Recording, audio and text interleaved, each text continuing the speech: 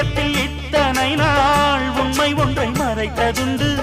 சின்னஞ்சிறு வயது முதல் எனக்கொரு மனைவியுண்டு. கோபம் கொள்ள வேண்டாம் அம்மா, தாங்கிக் கொள்ள வேண்டும் அம்மா.